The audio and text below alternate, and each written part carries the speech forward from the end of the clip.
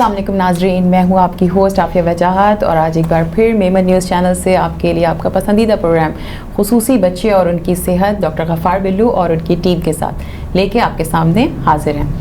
नाजरीन, हम हर प्रोग्राम में आपके सामने कोई नए गेस्ट, नए डॉक्टर, नए हेल्थ प्रोफेशनल्स या ऐसे गवर्नमेंट के इन्फ्लुएंशर्स या लोगों को लेकर आते हैं जो आपको बता सकें कि क्या नई सर्विसेज आ चुकी हैं या किस तरीके से हम बीमारी को रोक सकते हैं या क्या नई ऐसी तरीक़ा इलाज जो है वो आते जा रहे हैं, वैक्सीन कितनी ज़रूरी है, जल्द बीमारी का पता चलना कितना ज़रूरी है। तमाम चीज़ों के हवाले से हम अपने हर प्रोग्राम में डिस्कस करते हैं। ये प्रोग्राम आपके सामने जो पेश करते हैं ये WMO वर्ल्ड मेमन ऑर्गेनाइजेशन के प्रोजेक्ट एम्पावरिंग थ्रू इंक्लूजन, उस प्रोजेक्ट के तहत जो है आपके सामने पेश किया जा रहा है। ये बहुत बड़ा इनिशिएटिव है और इंशाल्लाह इसमें आगे भी हम आपको बहुत सारी मालूमात से आगाह करते रहेंगे। नाज़रीन, एक चीज़ ज़रा माइंड में रखनी होती है, हम अक्सर इस चीज़ को ध्यान नहीं देते कि बच्चों की दिमागी बीमारी और बड़ों की दिमागी बीमारी में कुछ फ़र्क होता है, उनके डॉक्टर्स में फ़र्क होता है। हमें ये नहीं पता होता कि हमें अपने बच्चे के अंदर कुछ अगर मसाइल नज़र आ रहे हैं, दिमागी मसाइल, तो हमें उसे किस डॉक्टर के पास लेके जाना है। हम अक्सर उनको एडल्ट या बड़ों के जो डॉक्टर्स होते हैं उनके पास लेके जाते हैं या हम किसी और साइकाट्रिस्ट के पास लेके चले जाते हैं। इस चीज़ को मद्देनज़र रखते हुए आज हमने जिस मेहमान को मदऊ किया है वो बच्चों के दिमागी अमराज के माहिर हैं, पीड्स न्यूरोलॉजिस्ट हैं और लियाकत नेशनल हॉस्पिटल में अपनी खिदमत सर अंजाम दे रहे हैं।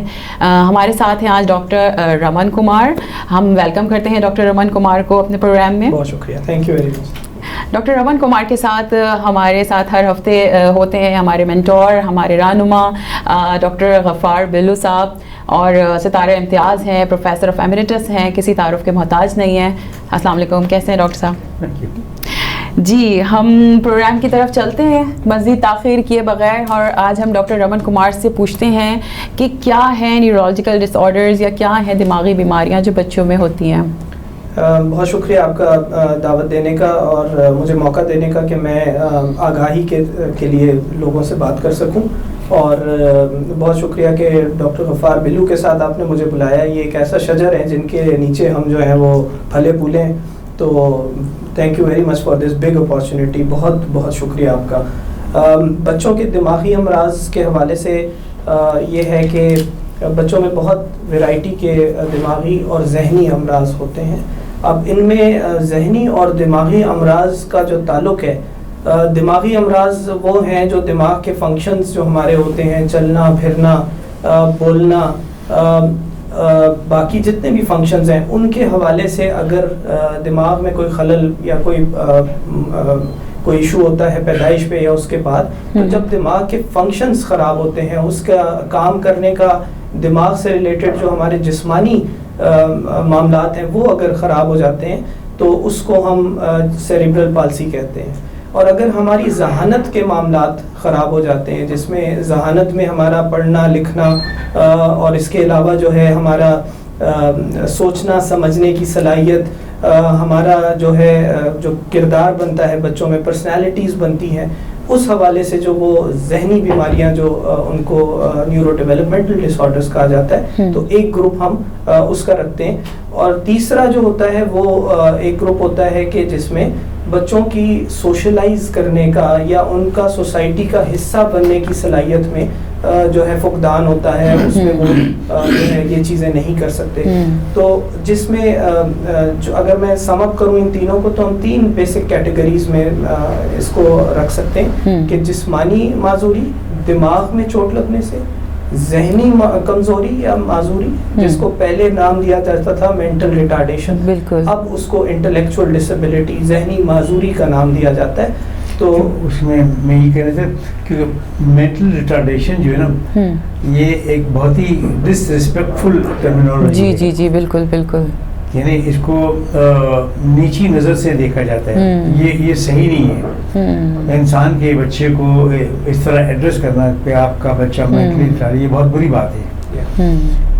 या ये कहना कि ज़हनी तौर पे माजूर है, ये बहुत बुरी बात है। ये उसको कहीं ज़हनी तौर पे ये बच्चा आम बच्चों के मुकाबले कमज़ोर है, थोड़ा सा कमज़ोर है, हम उसकी हेल्प कर सकते हैं। बिल्कुल बिल्कुल। तो टर्मिनोलॉजी इसलिए चेंज हो रही है कि भाई माशरे को इज्जत दी जाए, एक्सेप्टेंस भी आएगी ना थोड़ी सी, जाहिर है उस चीज़ की।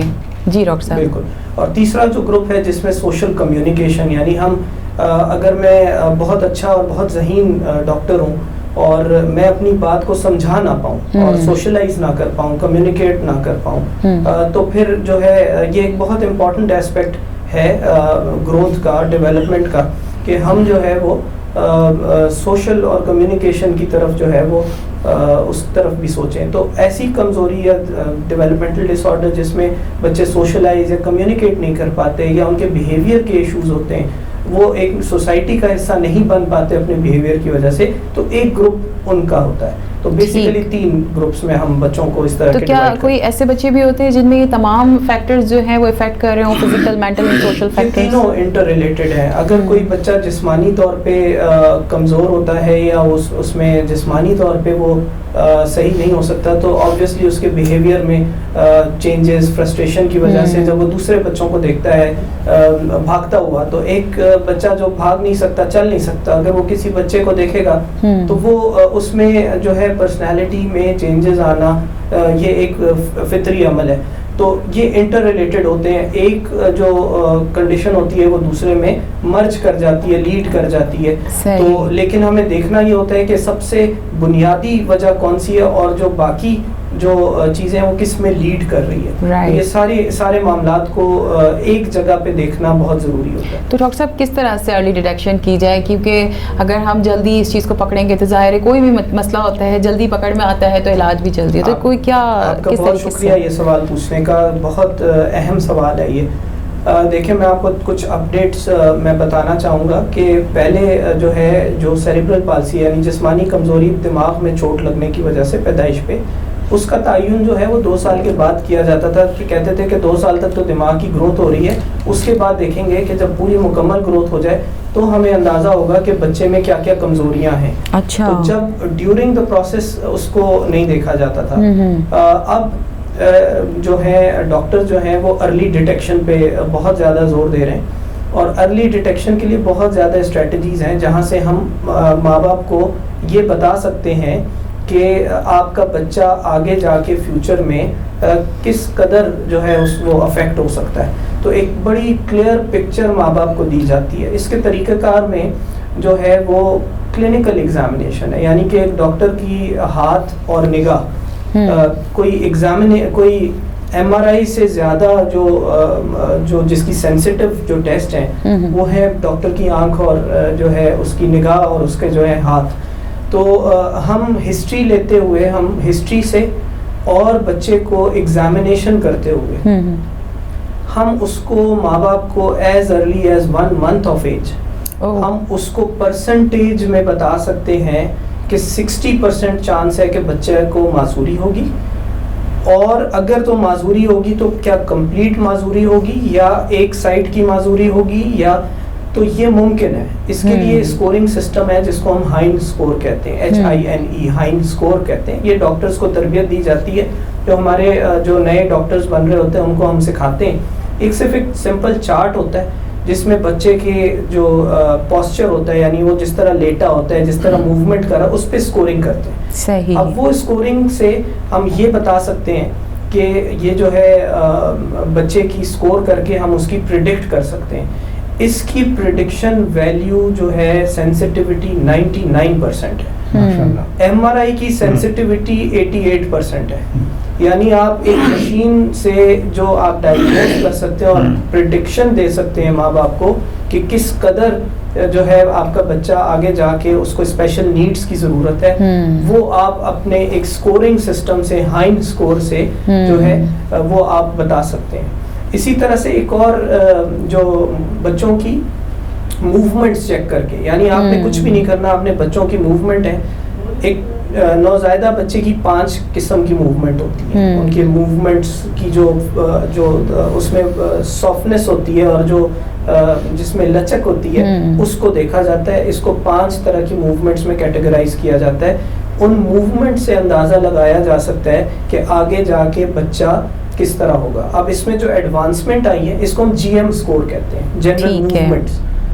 जनरल मूवमेंट्स अब इतना एडवांस हो गया है कि फीटल, जब बच्चा माँ के पेट में होता है तो अल्ट्रासाउंड करके बच्चे की मूवमेंट माँ के पेट में देख के बताई जा सकती है, प्रिडिक्शन दी जा सकती है कि जी आगे जाके उनके बच्चे में कोई माजूरी तो नहीं आने वाली किसी वजह से, तो इसकी सेंसिटिविटी 95% है। तो ये बहुत अच्छा एक टेस्ट है। ये हमारे व्यूअर्स के लिए बहुत इंफॉर्मेशन है, क्योंकि हाइंस चार्ट है या जीएम स्कोर है, इसके थ्रू जो है हम बहुत अर्ली स्टेज पे ही डिटेक्ट कर सकते हैं। तो इसके लिए हमने बहुत ज़्यादा कोशिश करनी है कि पैदाइश के फ़ौरन बच्चे, एक नॉर्मली ये होता है कि हम सिर्फ पीडियाट्रिशियन के पास लेके जाते हैं, जो पीड्स कंसल्टेंट, तो क्या वो भी एक्सपर्ट होते हैं या इसके लिए न्यूरोलॉजिस्ट के पास ही जाना ज़रूरी है? जी हाँ, ये बहुत ही अच्छा सवाल आपका फिर से कि हाइंस स्कोर तो हमारे पास है और इसकी प्रिडिक्टेबिलिटी भी ये है कि 99% सेंसिटिव है।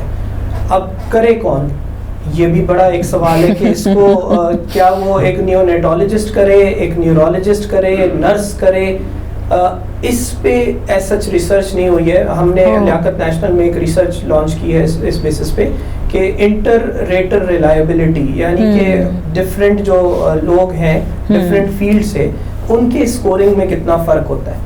तो एक सिंपल, हम एक नर्स से ये हाइंस स्कोर कराते हैं, एक रेजिडेंट से कराते हैं, एक नियोनेटोलॉजिस्ट से और एक न्यूरोलॉजिस्ट, 4 लोग ये स्कोर करते हैं। फिर हम देखते हैं कि क्या इन चारों के स्कोर में फ़र्क आ रहा है या नहीं। तो इस तरफ हम अभी इसके रिजल्ट्स तो हमारे पास अभी अवेलेबल नहीं है, लेकिन जब तक रिजल्ट्स अवेलेबल नहीं होते तो तब तक जो न्यूरोलॉजिस्ट हैं उनसे कोशिश करनी चाहिए कि न्यूरोलॉजिस्ट के पास फ़ायदा होगा। ये रिसर्च इसलिए ज़रूरी है, इसका ये फ़ायदा होगा कि न्यूरोलॉजिस्ट से लेकर, पीडियाट्रिशियन से लेकर, एक रेजिडेंट मेडिकल ऑफिसर से लेकर एक नर्स तक, अगर इनकी कंपेरेटिव में आती है कि इनका कंपेरेबल है असेसमेंट, तो ये नर्स के लेवल तक भी असेसमेंट हो जाएगा। तो इसका फायदा पूरे पाकिस्तान को हो सकता है। बिल्कुल बिल्कुल, क्योंकि हम पूरे पाकिस्तान को पीडियाट्रिक न्यूरोलॉजिस्ट तो सप्लाई नहीं कर सकते हैं, लेकिन एक ट्रेन नर्स तो सप्लाई कर सकते हैं, ताकि जितने भी लोग हैं पूरे पाकिस्तान में उनको ये फायदा हो कि अर्ली डिटेक्शन हो जाए। अगर डिसेबिलिटी है तो अर्ली डिटेक्शन हो जाए, तो सबसे बड़ा फायदा अर्ली डिटेक्शन का है।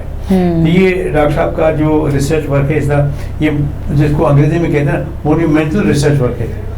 इसके फायदे लॉन्ग टर्म के फायदे बहुत होंगे, ताकि यानी ये तो ये हुआ कि नर्स के लेवल पे यानी माँ बाप भी सेंसिटाइज होंगे, भाई मेरे बच्चे में कोई प्रॉब्लम है, चलो लेके चलते हैं। तो वही बात कि जब तक ये रिसर्च चल रही हैं और रिजल्ट्स फाइनलाइज हो रहे हैं, तो व्यूअर्स को कोशिश करनी चाहिए कि पीडियाट्रिशियन के साथ साथ न्यूरोलॉजिस्ट के भी कंसल्टेशन जो है वो लाजमी की जाए पैदाइश के फ़ौरन बाद। और आगाही से थोड़ा सा मैं ये, जैसे कि मैंने आपको बताया हाइंस स्कोर, ये हाइंस स्कोर कहलाता है। तो अगर हमारे व्यूअर्स को हाइंस स्कोर का सिर्फ नाम आ जाए और वो सिर्फ डॉक्टर को जाके बोले कि जी बच्चे को पैदाइश पे ये मसला हुआ था, हमारे बच्चे का हाइंस स्कोर कितना है, तो ये एक बहुत बड़ा जो है ये डॉक्टर पुश होगा।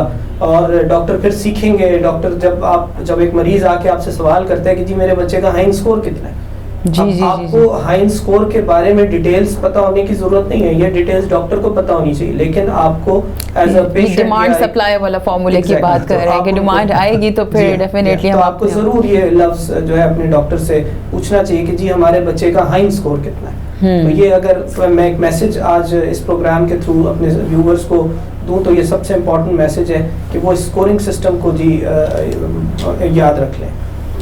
ठीक है, आपने बहुत अच्छे से इस चीज़ को याद रखना है कि हाइन स्कोरिंग जो है, आगे हम इंशाल्लाह प्रोग्राम में डिस्कस भी करेंगे कि हाइन स्कोर कितना होना चाहिए, स्टैंडर्ड क्या है, और उसको जो है हम अपने डॉक्टर से शेयर भी करें और जाके उनसे पूछें कि जी बताएं हमारे बच्चे में क्या है हाइन स्कोर। तो डॉक्टर साहब कुछ मतलब अगर हाइन स्कोर पता चल जाता है और बच्चे के अंदर पता चलती है कि न्यूरोलॉजिकल डिसऑर्डर है, तो क्या करना चाहिए फिर उसके लिए? जी ये भी बहुत ज़रूरी है कि ये हम करते क्यों हैं, क्यों हमें अर्ली डिटेक्ट करना इतना ज़रूरी है। हम 2 साल तक वेट कर सकते हैं और वो चीज़ सामने आ जाएगी, तो एक चीज़ जो सामने नहीं है उसको कुरेद के जो है अपने सामने लाने की क्या ज़रूरत है। तो इसकी अहमियत और अफादियत का अंदाज़ा इससे लगाया जा सकता है कि पहले ज़मानों में ये कहा जाता था कि दिमाग की ग्रोथ 2 साल तक होती है, और जब ग्रोथ 2 साल तक होती है तो आपके पास ये विंडो पीरियड है जहाँ पे आप दिमाग को जितना इम्प्रूव कर सकें, मुरम्मत करें, मुरम्मत का ये टाइम होता है कि जितनी आप मुरम्मत करवा लें दिमाग की, उसके बाद नहीं हो सकती। फिर एक थ्योरी आई जिसपे तो रिहैब का जो तासुर था वो 2 साल तक बड़ा इम्पोर्टेंट था कि जी 2 साल तक जो है आप रिहैब कर ली तो कर ली, नहीं की तो जी इतना रिजल्ट नहीं मिलेगा। अब उसका जो है एक और थ्योरी आई जिसको थ्योरी ऑफ प्लास्टिसिटी कहते हैं। अगर मैं व्यूअर्स को समझाऊं कि theory- डॉक्टर साहब हम छोटा सा आपके गैप देंगे, एक ब्रेक की तरफ हम जाएंगे और इंशाल्लाह ब्रेक के बाद हम रिहैबिलिटेशन और जो आप थ्योरी बताने वाले हैं उसके बारे में हम डिस्कस जरूर। करेंगे। जी नाजरीन, प्रोग्राम कंटिन्यू रखेंगे, हम एक छोटा सा ब्रेक लेना है, उसके बाद हम आपके सामने फिर हाजिर होंगे, हमारे साथ रहिएगा।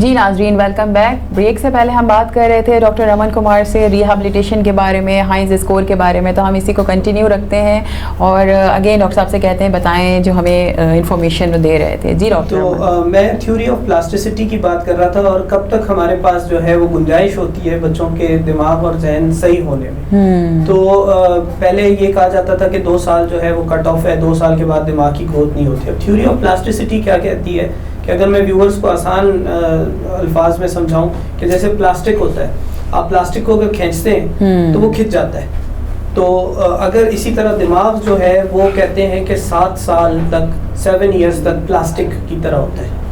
आप जितना खींचो वो जो है ना स्ट्रेच होने की उसमें सलाहियत है। लेकिन जो है एक 7 साल के बाद प्लास्टिक का उल्टा होता है इलास्टिक।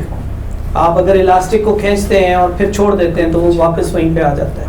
तो आपने उस उम्र तक अगर आपने बच्चे को छोड़ दिया और आपने फिर रियलाइज किया कि जी अब हमने इंटरवीन करना है, अब हमने बच्चे के दिमाग को बेहतर करने की कोशिश करनी है, जब उसमें इलास्टिसिटी आ जाए कि आप खींचें थेरेपी के जरिए और वो वापस मुड़ के उतना ही हो जाए, तो उस टाइम आपको रिजल्ट्स नहीं मिलेंगे। बच्चे के दिमाग जो जब ग्रो कर रहा होता है, early intervention is the key. Early intervention से मुराद है कि जल्द से जल्द आप बच्चे के दिमाग को, अब जैसे कि मैं आपको एक मिसाल दूंगी, जैसे फिजियोथेरेपी। अब लोग अक्सर ये समझते हैं कि फिजियोथेरेपी जो है वो जिस्मानी वर्जिश है। बिल्कुल ऐसे, ठीक है, बिल्कुल एक समझा जाता है कि जी वो समझते हैं कि बच्चा चल नहीं रहा या वो चीज़ पकड़ नहीं रहा, तो हम क्या कर रहे हैं, फिजियो से उसके जिस्म को ढीला कर रहे हैं या नरम कर रहे हैं, उसकी सख्ती को कम कर रहे हैं। जबकि कॉन्सेप्ट ये है कि आप फिजियोथेरेपी से आप सिग्नल भेज रहे हैं दिमाग को सिग्नल जा रहा है, तो आप दिमाग को मुसलसल नॉक कर रहे होते हैं, आप उसको उसका दरवाज़ा खटखटा रहे होते हैं कि दिमाग का वो एरिया जो मेरे इस हाथ को हरकत करने में मदद देता है, अगर वो ख़राब है तो अगर मैं इस हाथ को मुसलसल हरकत में रखूँगा तो वो मैसेज जाएगा और दिमाग का जो सही एरिया है वो ये काम ले लेगा। तो वो डैमेज एरिया तो नहीं सही हो सकता, लेकिन वो एरिया जो है, इसी का नाम थ्योरी ऑफ प्लास्टिसिटी है कि जी आप स्ट्रेच कर देंगे, आप उसके फंक्शंस की जगह को आप स्ट्रेच कर देंगे। हमने तो ब्रेन में मैसेज पहुंचाना है कि जी ये आपका हाथ काम नहीं कर रहा है, इसको काम करना चाहिए, बजाय इसके कि हम एक यूजलेस सी मूवमेंट करवाते रहें। और इसके लिए फिर मेरे ख्याल से एक्सपर्ट्स का होना भी बहुत ज़रूरी है कि जो जिस डोमेन के वो एक्सपर्ट्स हैं। क्या कहते हैं डॉक्टर फाबिलो? इसीलिए अर्ली डिटेक्शन वो ज़रूरी है जी। 5वां 7वां साल निकलने के बाद आप उसके ऊपर कितने भी मैसेजेस देते रहे ब्रेन को, तो ब्रेन को वो मैसेजेस इतना फायदा करेगा ही नहीं जो 1 साल के बच्चे को या 2 साल के बच्चे को आती, तो उसके ब्रेन के मैसेज वो इसको आहिस्ता आहिस्ता एक तो फिजिकल थेरेपी भी हो जाएगी, ब्रेन भी उसको इस्तेमाल करना शुरू कर देगा। बिल्कुल। वरना 7वें साल के बाद जिस तरह पाकिस्तान में हालात है, जो कहते हैं ना बाराड़ी के इलाके से, यानी रूरल एरिया से जो बच्चे आते हैं ना, वो तख्ते की तरह उठा के लेके आते हैं 8 साल 9 साल 10 साल के, डॉक्टर साहब ये अभी तक चलना सीखा नहीं है, हम सोचते हैं कि सही हो जाएगा सही हो जाएगा। अब 8वें साल में 9वें साल में आप उसको क्या बताएं, बिल्कुल क्या बताएं कि इसके अंदर जो इलास्टिसिटी थी वो तो ख़त्म हो गई है, उसके ब्रेन को मैसेज तो जाएंगे नहीं। अब इसकी आप जितने भी फिजियोथेरेपी करें वो सख्ती जाएगी नहीं, फिर दवाइयों से सख्ती कम करनी वापस अपनी जगह पर आ जाएगी होगी। तो ये मसाइल ये तो हमारे एडल्ट्स के साथ भी है ना, बहुत सारे लोगों के साथ हम इतनी बेचारे डिमांड्स कर रहे हैं, लेकिन हमारी डिमांड्स फुलफिल नहीं होती ना, हमारे हालात जो हो गए, मुझे लगता है उस पर भी काम करने की जरूरत है। दोनों का फायदा होता है, फिजिकल फायदा भी होता है, न्यूरोलॉजिकल फायदा भी होता है। बिल्कुल बिल्कुल बिल्कुल। तो डॉक्टर साहब, इसमें एक चीज़ जैसे अर्ली डिटेक्शन में फिट्स या सीजर्स वगैरह होते हैं, थोड़ा सा मुझे बताइएगा कि एपिलेप्सी और सीजर्स में क्या फ़र्क है? बिल्कुल ऐसे ही फ़र्क है जैसे कि मैं आपसे कहूँ बुखार और टाइफाइड में क्या फ़र्क है। तो बुखार एक अलामत है और टाइफाइड एक बीमारी का नाम है। अच्छा। तो जो झटके या दौरे हैं वो एक अलामत का नाम है, वो फिट्स जो है एक अलामत है, और जो एपिलेप्सी है वो एक कंडीशन या एक बीमारी है जिसको हर फिट जो है वो एपिलेप्सी नहीं होता। जैसे बुखार के झटके हैं, नॉर्मल बुखार में जो झटके हैं, ये एक दिमाग का रिएक्शन है। जैसे हम बड़ों में हम बुखार में कमज़ोर हो जाते हैं, खाना पीना छोड़ देते हैं, या किसी को पसीने आते हैं, या किसी को कपहाट होती है, अक्सर औकात बच्चों में फिट्स की वजह, फीवर की वजह से, बुखार की वजह से फिट्स आना शुरू हो जाते हैं। तो ये एपिलेप्सी नहीं होती है, ग्लूकोज कम हो गया उसकी वजह से होती है, मेनिंजाइटिस। तो ये डॉक्टर साहब सही बता रहे हैं कि ये सारे एपिलेप्सी नहीं है, मतलब वो कंडीशनल है, वो अगर कंडीशन कवर अप होगी तो वो फिट्स का इलाज हो गया तो इनके दौरे खत्म हो जाएंगे। लेकिन एपिलेप्सी जो है ना वो तो लॉन्ग स्टैंडिंग प्रॉब्लम है, वो जिसके ऊपर हम बात कर सकते हैं, मगर ये बाकी जो चीज़ें हैं वो वक्ती तौर पर इनके झटके हुए वो खत्म हो जाते हैं। तो क्या ये एपिलेप्सी के जो फिट्स होते हैं सिर्फ ज़ाहिरी होते हैं या छुपे हुए भी? क्योंकि नॉर्मली लोग समझते हैं कि सिर्फ ज़बान टेढ़ा होना या बॉडी का टेढ़ा होना ही एपिलेप्टिक फिट्स होते हैं। हिडन फिट्स भी होते हैं कुछ? बिल्कुल बिल्कुल। जो फिट्स और जो ताल्लुक है ये इसका बहुत डिफरेंट तरीके के होते हैं। जैसे मिसाल के तौर पे मैं अगर आपको एक किस्म बताऊं फिट्स की, जिसको कहते हैं इन्फेंटाइल स्पैज़म। इन्फेंटाइल स्पैज़म या सलाम सीजर्स ऐसा होता है कि अचानक से बच्चा आगे सर नीचे करता है, जैसे कि वो आदाब जिस तरह करते हैं और हाथ जो है वो इस तरह बंद करते हैं। ये एक फिट कहलाता है, इन्फेंटाइल स्पैज़म या सलाम सीजर्स। अब ये जब बच्चों में होना शुरू होते हैं तो ये माँ बाप ये समझते हैं कि उनको पेट में दर्द हो रहा है या कोलिक हो रहा है। 90% ऑफ द टाइम्स जो ये इस तरह के जो फिट्स हैं, जिसको इन्फेंटाइल स्पैज़म कहा जाता है, ये ट्रीट होते हैं एज इन्फेंटाइल एज कोलिक, पेट में दर्द, लेकिन वो फिट्स हो रहे होते हैं। तो ये बड़ा ज़रूरी है कि फिट्स की जो नौयत है और उसकी जो जैसे कि आपने कहा कि साइलेंट या हिडन फिट्स जो होते हैं, कभी कभार फिट्स बिहेवियर या इमोशंस की सूरत में आते हैं। अगर कोई बच्चा अचानक से गुस्सा करना शुरू कर दे बगैर किसी वजह के, या हंसना शुरू कर दे बगैर किसी वजह के, या दिमाग के फंक्शंस अब नॉर्मल आपको महसूस हो और कोई वजह ना हो, इमोशनैलिटी शो, तो इमोशनल फिट्स भी होते हैं, इमोशनल सीजर्स होते हैं। बहुत अहम बात है हमारे व्यूअर्स के लिए, डॉक्टर रमन कुमार ने अभी बताई कि जो सीजर्स हैं या फिट्स हैं वो सिर्फ ज़ाहिरी नहीं हो सकते, या उसके रवैये या उसके इमोशंस के थ्रू भी जो है वो ज़ाहिर हो सकते हैं। जी डॉक्टर साहब, तो इस पे ख़ास नज़र रखना। एक चीज़ होती है हाई इंडेक्स ऑफ सस्पिशन, के आपको हर बीमारी के बारे में आजकल के ज़माने में हर चीज़ को जो है वो बहुत अपनी एक ऐसी आंख से देखना है, शक की निगाह से देखना है कि कहीं कुछ गड़बड़ तो नहीं है। अब हमारे क्लिनिक्स में जो है बहुत दफ़ा बहुत कम ऐसा होता है कि कोई पेरेंट्स अपने बच्चों को लेके आए और हम उनको कहें कि नहीं कुछ नहीं है, ये आपका वहम है। तो वहम से लोग नहीं आते। इसका मतलब अभी भी हमारा ट्रेंड ऐसा है कि छोटी छोटी बातों को इग्नोर कर दिया जाता है।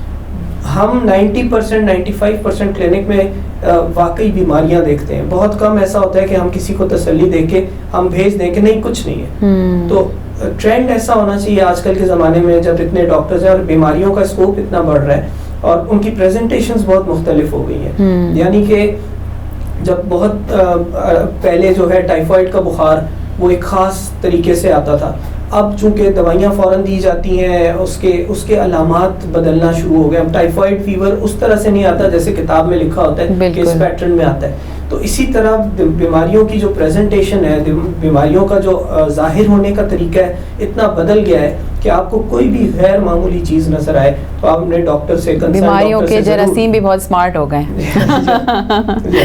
तो वो आपको इस तरह से आपको हाई इंडेक्स ऑफ सस्पेशन मतलब रखना चाहिए और अपने डॉक्टर से ज़रूर इस बारे में जो है वो पूछ लेना चाहिए कि जी हमें ये शक हो रहा है, हमें ये हो रहा है, बच्चा हमारा रोता है, हमें लगता है ये पेट में दर्द हो रहा है, इसको कोई ऐसी घबराने की बात तो नहीं है क्या, कोई दिमाग से कोई इसका ताल्लुक तो नहीं है। तो अर्ली डिटेक्शन में दो बातें, एक तो कि आप डॉक्टर के पास पहुंचे, डॉक्टर के पास पहुंचना शिकायत लेके तो पहला स्टेप है।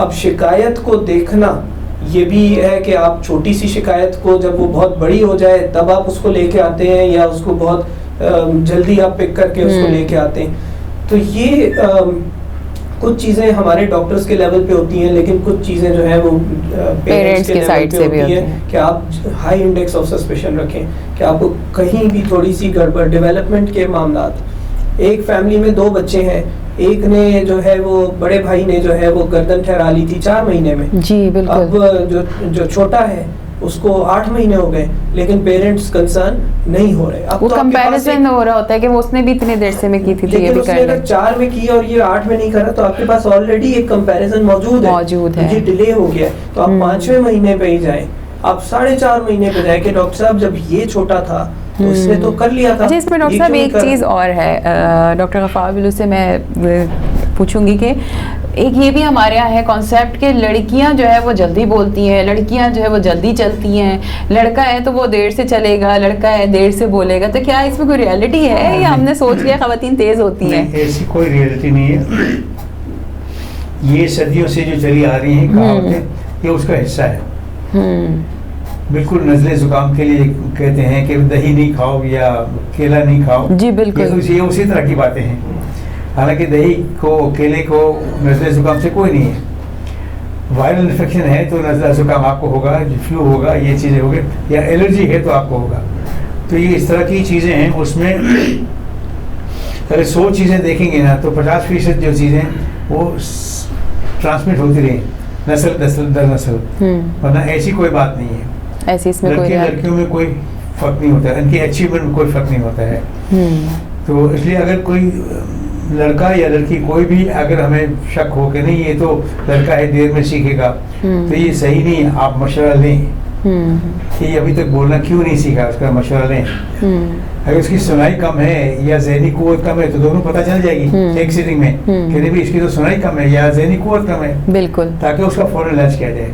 बिल्कुल। तो आपने अच्छा किया ये सवाल पूछा कि ये आप बात ये एक कॉमन कॉन्सेप्ट है और आज डॉक्टर गफ्फार बिल्लू ने एक ये लेबल जो किया हुआ था हमने वो ख़त्म कर दिया, हटा दिया कि ख़वातीन जो है वो बहुत तेज़ होती हैं या बहुत जल्दी जल्दी तमाम काम कर रही होती हैं। हाँ, लड़कियां भी उतनी मासूम है जितना जो है वो लड़के मासूम हैं। जी डॉक्टर साहब, हम आगे भी प्रोग्राम को कंटिन्यू करेंगे, हम एक छोटे से ब्रेक की तरफ जाना है। जी नाजरीन, बहुत अच्छी डिस्कशन चल रही है, बहुत अच्छी मालूमात मिल रही है, बहुत सारी ऐसी चीज़ें जो हमें नहीं पता थी आज हमें पता चल रही हैं। आगे भी हम बहुत सारे सवालात करेंगे, हमारे साथ रहिएगा। मिलते हैं ब्रेक के बाद।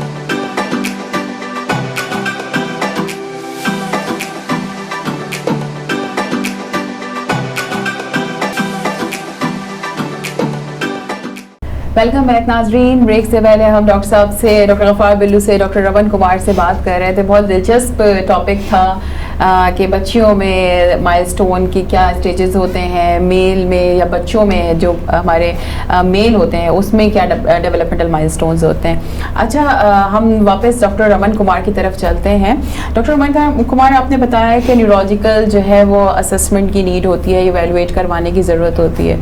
तो अगर बच्चे की हमें असेसमेंट करवानी हो तो क्या सिर्फ न्यूरोलॉजिकल असेसमेंट होती है या एक होलिस्टिकली असेसमेंट की नीड होती है जिसमें तमाम फिजिकल, मेंटल, ऑक्यूपेशनल तमाम एरियाज जो हैं, स्पीच, तमाम असेसमेंट की नीड है?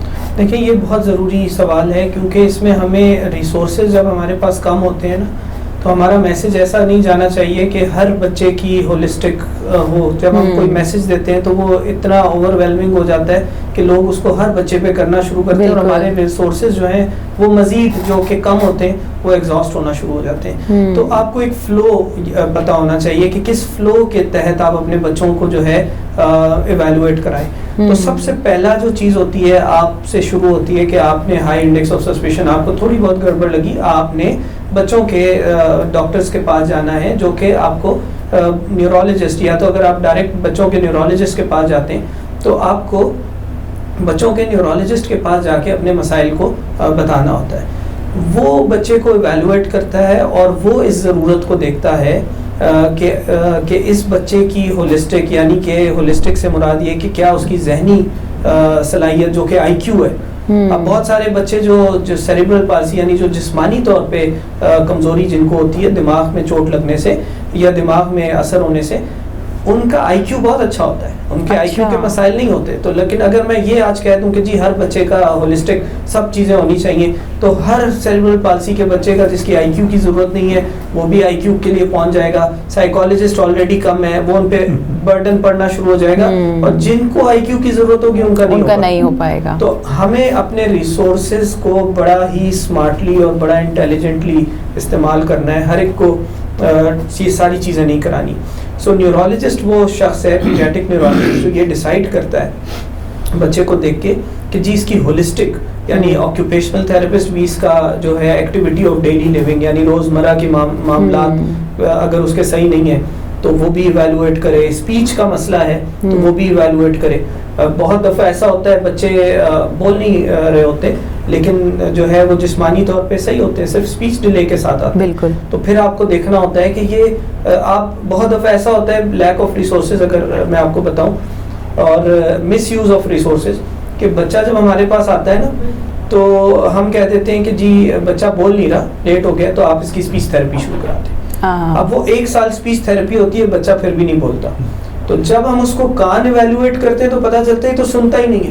अब एक वैसा बच्चा जो सुन नहीं पा रहा, अच्छे से नहीं सुन पा रहा, माँ बाप हमेशा कहते हैं जी बच्चा सुनता है। अब वो कौन सी आवाज़ सुनता है, क्या जिस आवाज़ में मैं बात कर रहा हूँ वो सुनता है या चीखो पुकार की आवाज़ सुनता है, जोरदार आवाज़ सुनता है, ये टेस्ट से पता लगता है। तो माँ बाप का जो परसेप्शन होता है, इस हवाले से भी हम एक रिसर्च हम कर रहे हैं कि सेरिब्रल पाल्सी के जो बच्चे होते हैं उसमें माँ बाप की परसेप्शन कि जी आपका बच्चा सुनता है या नहीं, और उनके जो कान के टेस्ट का रिजल्ट है वो हम कंपेयर करते हैं कि देख रहे हैं कि जी अभी तक जो हमारे पास रिजल्ट हैं उसमें 70% माँ बाप ये समझते हैं हमारा बच्चा सुनता है, और जब हम उनको टेस्ट की बात कहते हैं वो मना करते थे, कहते नहीं जी सुनता है। तो हम ये कहते हैं कि जनाब इसको जो है आप कान को ज़रूर देखें, इसको इवेलुएट कराएं। तो इस तरह रिसोर्सेज को सोच समझ के जब हम ऐसी उसमें रहते हैं तो रिसोर्सेज को जी ये बताना चाहता हूँ कि डॉक्टर रमन कुमार साहब सही कह रहे हैं कि माँ बाप का परसेप्शन ये है कि नहीं बच्चा सुनता है, तो उनका परसेप्शन कुछ हद तक सही है कि उनकी सुनाई जो है 40% नहीं, 50% नहीं, 60%, 70% भी सही है, लेकिन 30% या 40% सुनाई कम है तो बच्चे को बोलने में प्रॉब्लम तो होगा। बिल्कुल, क्योंकि वो सुनाई इसकी प्रॉपर नहीं है। तो इसलिए एवेल्युएशन जो होती है वही होती है कि कितने फीसद कम है वो सुनाई। उस सुनाई को सही कर दिया तो उसकी स्पीच सही हो जाएगी। तो ये अर्ली डिटेक्शन में कुछ माँ बाप सेंसिटिव भी होते हैं, वो कहते हैं जी देखिए हमारा बच्चा तो चौंकता ही नहीं है, इसकी बड़ी बहन थी, वो तो फौरन कहीं कोई शोर हुआ तो फौरन चौंक जाती थी, ये चौंकता नहीं है, तो छठे महीने में ले आ जाते कि ये चौंकता नहीं है, तो कहते हैं अच्छा भी है, इसके हम हियरिंग टेस्ट करवा लेते हैं। तो उसमें अर्ली डिटेक्शन में कुछ चीज़ें ऐसी रहती हैं जो माँ बाप समझदार होते हैं, वो लाते हैं कि हमारा पहला बच्चा जो तो 2-2.5 महीने में स्माइल करता था, ये स्माइल नहीं कर रहा, क्या बात है, आँख से आँख मिलाता था, वो क्यों नहीं मिला रहा है। अच्छा 3 महीने उसने गर्दन पकड़ ली थी, हमने यहाँ से पकड़ा, तो इसको यहाँ से पकड़ लेते थे, यहाँ डाल देता है, यहाँ डाल देता है। बिल्कुल। तो ये कुछ बड़ी अर्ली साइंस होती हैं। आई टू आई कॉन्टेक्ट है, स्माइल है, होल्डिंग द हेड है, ये फर्स्ट फ्यू मंथ्स में आ जाती हैं। और इसी तरह चौंकना, आवाज़ पे चौंकना, ये फर्स्ट फ्यू मंथ में आ जाती है। ये अगर हम माँ बाप को मैसेज दे दें, if your child is not doing that, then you should worry about it. कि आपका बच्चा अगर आई टू आई कॉन्टेक्ट नहीं कर रहा, आपसे स्माइल नहीं कर रहा, आपके इमेज को फॉलो नहीं कर रहा रूम में, और 3 महीने में गर्दन नहीं देख लेता है, ये कुछ चीज़ें ऐसी हैं जिसके लिए आपको फिक्रमंद होना चाहिए और आपके मुआयने के बाद ले जाना चाहिए। अगर वो न्यूरोलॉजिकल इवैल्यूएशन करवाना चाहता है, वो डिसाइड करेगा। इसमें डॉक्टर साहब मुझे बताइएगा कि जैसे बच्चा पैदाइश के क्या फ़ौरन बाद, जैसे डॉक्टर साहब ने, डॉक्टर गफ्फार बिल्लू ने कहा कि ट्रैक नहीं कर रहा या फॉलो, तो क्या फ़ौरन विजन मौजूद होती है, कुछ टाइम के बाद जो है वो विजन क्लियर होती है? नहीं, जो छोटे बच्चे होते हैं, चूंकि उनकी आई का जो ग्लोब होता है वो चेहरे के हिसाब से वो थोड़ा सा जो है वो बड़ा होता है, चेहरा छोटा होता है, ग्लोब बड़ा होता है, तो उसकी वजह से बच्चे जो हैं वो करीब की नजर नहीं होती उनकी अच्छी, वो करीब नहीं देख सकते। तो जो हमारे जो माँ बाप और दादा दादी वगैरह होते हैं, बड़े करीब से बच्चे को प्यार कर रहे होते हैं, तो नजर नहीं आ रहा होता कि ये कौन प्यार कर रहा है, तो चेहरा नहीं पहचानते, तो दूर का देख सकते हैं। अच्छा, जैसे जैसे बच्चा बड़ा होता जाता है तो वो करीब का अच्छा देखना विजन क्लियर होता चला, विजन क्लियर होता है, वो फोकस करता है। फिर शुरू में जो है वो एक चीज को पूरी अराउंड द आर्क देखता है, ऊपर नीचे देखना, तो आहिस्ता आहिस्ता जैसे जैसे बच्चा बड़ा होता है तो ये सारी डेवलपमेंट उसमें फिर विजन चेक करने के डिफरेंट तरीके होते होंगे कि किस तरीके से रिस्पॉन्स कर रहा है बच्चा। बहुत अच्छा ये है कि जो नर्व्स को कंडक्ट करने कुछ टेस्ट ऐसे होते हैं कि मैंने देखा है कि 4-5 महीने में एक VEP का टेस्ट है, जो कि एक नर्व की कंडक्शन को भेजा जाता है। ये VEP का टेस्ट 5 महीने की बच्चे में सलाहियत ही नहीं होती कि ये टेस्ट करवा सके, मतलब वो कॉपरेट ही नहीं कर सकता 5-6 महीने का। तो मेरे पास अक्सर माँ बाप वो टेस्ट की रिपोर्ट ले आते हैं और वो कहते हैं कि जी देखें बच्चे की तो जो रग है देखने की वो खुश्क हो गई है, डॉक्टर ने कहा है कि इसकी नर्व जो है वो सूख गई है, खुश्क है, इसलिए बच्चा जो है वो फोकस, हालांकि वो ऑटिज्म की तरफ जा रहा होता है, वो फोकसिंग इशू होते हैं, आंख से कोई ताल्लुक नहीं होता। अब वो ये भी हमें देखना बड़ा जरूरी है कि किस टेस्ट की कब जरूरत है और वो उस टेस्ट की अफादियत किस उम्र में है। जैसे कि कोई MRI है, CT स्कैन है, अब लोग बड़े होते हैं कि जी बच्चे के दिमाग का मसला, हम CT स्कैन करा लें। अब हमें समझना चाहिए कि CT स्कैन के कराने के नुकसानात क्या हैं, रेडिएशंस क्या हैं, इसमें मसाइल क्या क्या हैं। अब जैसे मैं MRI की आपको बात करूं, MRI सस्ते से सस्ता जो शहर में होता है वो तकरीबन 20,000 के करीब की 20-22 हज़ार रुपए में MRI होता है दिमाग का, उसके लिए बच्चे को सुलाना पड़ता है। अगर ये 20-22 हज़ार के आप इसको रिहैब में कन्वर्ट कर दें, उसकी थेरेपीज के सेशन निकाल दें, तो आपके पास 40 के करीब 40-50 सेशंस निकल आते हैं। बिल्कुल ऐसे। अब बच्चे में फायदा आपके 22,000 से MRI कराने में नहीं होगा, बच्चे में फायदा जो नहीं बैठ रहा था वो बैठना शुरू कर देगा, जो नहीं चल रहा था वो चलना शुरू कर देगा, अगर आप उसको इतने सेशंस आप रिहैब के देंगे। तो हम बात करते हैं कि जी रिसोर्सेज के मुताबिक जो है हम बच्चों को लेके चलें और उनकी स्पेशल नीड्स का ख्याल रखें। ठीक है। अच्छा डॉक्टर साहब, ज़ाहिर है हमने आज प्रोग्राम में काफ़ी चीज़ों को कवर अप किया, काफ़ी चीज़ों को डिस्कस किया। कोई ऐसा कोई मैसेज, कोई ऐसी लोगों के लिए कोई ऐसा पैगाम जिससे वो कुछ आगे कुछ बेहतर कर सके, उनकी बच्चों की ज़िंदगी में कोई बेहतरी आ सके? सबसे इम्पोर्टेंट ये है कि मैं ये बात काफ़ी प्रोग्राम्स में भी रिपीट हुई होगी, ये कि बर्थ का जो प्रोसेस है वो बहुत एक इम्पॉर्टेंट बच्चे की ज़िंदगी में सबसे इम्पॉर्टेंट ट्रांजिशन है। जब बच्चा माँ के पेट से इस दुनिया में आता है तो ये इतना बड़ा एक चेंज है उसके लिए और उसको बहुत मदद की ज़रूरत होती है। तो बर्थ जितनी भी डिलीवरीज़ हैं उनका ख़ास ख्याल रखना चाहिए। अपने जितनी भी बर्थ से रिलेटेड चीज़ें हैं, वैक्सीन्स हैं, माँ में हमल के दौरान चीज़ों का अल्ट्रासाउंड ख्याल रखना, ये बहुत ज़रूरी है। बर्थ का प्रोसेस जो है वो इंतहाई ज़रूरी है कि उसका जो है वो ख्याल रखा जाए। उसके बाद जो है जो दूसरी बात मैं कहूँगा कज़न मैरिजेस की। कज़न मैरिजेस से हमने देखा है कि जब से ये जेनेटिक टेस्टिंग हम थोड़ा बहुत करना शुरू किया है हमने, तो उसमें हमें बहुत सारा कुछ ऐसा शवाहिद मिलते हैं कि जेनेटिकली बहुत सारी।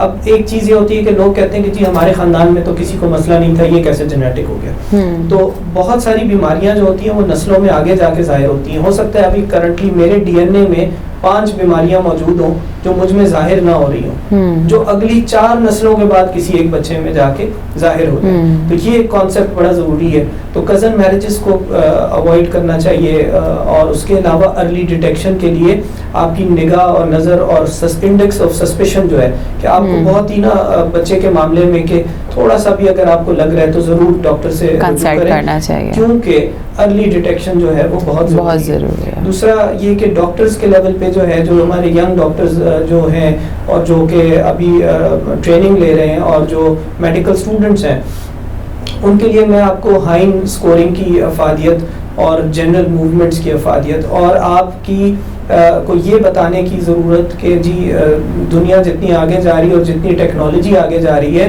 डॉक्टर का अब भी सबसे अच्छा हथियार जो है उसका हाथ, उसकी आंखें और फिजिकल एग्जामिनेशन है। आप कभी भी इस चीज़ में जो है वो ना हो कि जी हमारे पास MRI आ गया है तो वो हमारे हाथ से और हमारी निगाह से ज़्यादा ताकतवर है। आपका एक डॉक्टर का ये एसेट है, ये एक डॉक्टर का बहुत बड़ी चीज़ है जो अल्लाह ने उसको एक दिया होता है, तो इस पे आप जो है खेलें।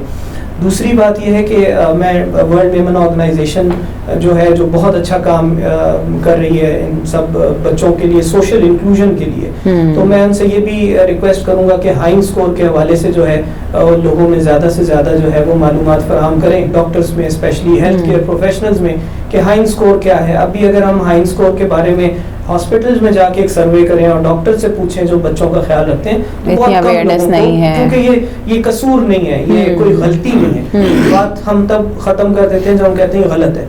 गलती नहीं है, ये एक नई चीज़ है, दुनिया में लोग कर रहे हैं, तो हमें भी उस तरफ जाना है। तो इसको ज़रूर इंशाल्लाह हमारी भी पूरी कोशिश होगी, और वर्ल्ड विमेन ऑर्गेनाइजेशन का इतना अच्छा इनिशिएटिव है तो आगे ज़ाहिर है उनके फोरम से भी ये चीज़ आगे जाएगी, और हेल्थ प्रोफेशनल्स जो हैं वो भी कोशिश करें कि लर्न जितना ज़्यादा कर सकते हैं, चाहे वो किसी डोमेन से भी ताल्लुक़ रखते हो, लेकिन कहीं ना कहीं बच्चे की पैदाइश से लिंक बनता है हर कंसल्टेंट का, हर GP का, तो एक अच्छी चीज़ है कि हम गाइड कर सकें। डॉक्टर गफ़ार बिल्लू साहब, आप क्या कहते हैं, कोई मैसेज, कोई पैगाम हमारे ऑडियंस के लिए? शुक्रिया। मैं उसी चीज़ को दोहराना चाहता हूँ जो अभी मैंने कही थी कि माँ बाप अपने बच्चे के साथ अगर क्लोज कांटेक्ट में हैं, जैसे अपना दूध पिला रही है, तो उस माँ को बड़ी जल्दी अवेयरनेस होती है, तो जल्दी पिकअप कर लेती है। बच्चा माँ के दूध पे नहीं है, बॉटल फेड है, तो उसके ऊपर नज़र पड़ेगी जबकि काफ़ी थोड़ी सी देर हो चुकी होगी। वो उन चीज़ों के ऊपर नज़र रखने के लिए कह रहा हूँ, जैसे कि बच्चा जो है माँ को फॉलो करता है रूम में 2 महीने के अंदर स्माइल करता है और वो उठाती है, बच्चे को खेलती है, तो उसको पता होता है कि भाई मेरे बच्चे ने गर्दन टेक ली हुई है। ये चीज़ें मिस आउट हो जाती हैं, और ये अर्ली डिटेक्शन में इसका फायदा होता है। जितना अर्ली डिटेक्शन होगा उतने ही उसके रिहेबिलिटेशन के उतने फ़वाइद होंगे। शुरुआत में ही जो है बीमारी को पकड़ना, तो मैं इसके ऊपर फोकस करना चाहता हूँ, और ये डॉक्टर साहब ने बड़ी अच्छी ऑफर की है कि हम सब लोगों में जितने डॉक्टर्स हैं उसमें वो हेल्थ केयर स्टाफ है उसमें हाई स्कोर की अवेयरनेस क्रिएट कर दी जाए, बिल्कुल, तो बहुत सारे बच्चों को इसके फ़वाइद हासिल होंगे। बहुत शुक्रिया डॉक्टर गफ़ार बिल्लू साहब, आप हर हफ्ते हमारे साथ होते हैं और हमें रहनुमाई देते रहते हैं, एक मेंटोर हैं आप हमारे लिए, और इंशाल्लाह अगले प्रोग्राम्स में भी आप हमारे साथ होंगे। Thank you so much. Doctor Raman Kumar, आपने अपने कीमती टाइम में से हमारे लिए वक्त निकाला, खुसूसी बच्चे और उनकी देखभाल, डॉक्टर गफ़ार बिल्लू उनकी टीम के साथ के प्रोग्राम में आप आए और बहुत अहम टॉपिक्स पर हमने आज जो है वो डिस्कशन की। आपका बहुत बहुत शुक्रिया। बहुत शुक्रिया। जी नाजरीन, आज हमने बहुत सी ऐसी बातें डिस्कस की, स्कोर्स डिस्कस किए जो डॉक्टर्स से हमें पूछने चाहिए। माइलस्टोन पे हमने बात की, बच्चों की जो रवैये हैं उनके थ्रू भी हमें फिट्स का पता चल सकता है, सिर्फ जिस्मानी तौर पे नहीं पता चल सकता। ये तमाम वो चीज़ें जो हमने माइंड में रखनी है और बच्चे की पैदाइश के फ़ौरन बाद उसको न्यूरोलॉजिस्ट से कंसल्ट ज़रूर करवाना है, जिस तरह से हम पीडियाट्रिशियन से करवाते हैं। तो बहुत सारी परेशानियों से हम आगे बच सकते हैं। इंशाल्लाह अगले प्रोग्राम्स में हम आपके सामने नए मेहमानों के साथ, नए डॉक्टर्स, नए लोगों के साथ फिर हाजिर होंगे। जब तक के लिए अपनी होस्ट आफिया वजाहत को अपने पसंदीदा प्रोग्राम खुसूसी बच्चे और उनकी सेहत डॉक्टर गफ़ार बिल्लू और उनकी टीम के साथ वर्ल्ड मेमन ऑर्गेनाइजेशन के प्रोजेक्ट एम्पावरिंग थ्रू इंक्लूजन के तहत जो चल रहा है, इसे इजाज़त दीजिए। मेमन चैनल देखते रहिए और बहुत कुछ सीखते रहिए। अपना ख्याल रखिएगा। अल्लाह हाफ़िज़।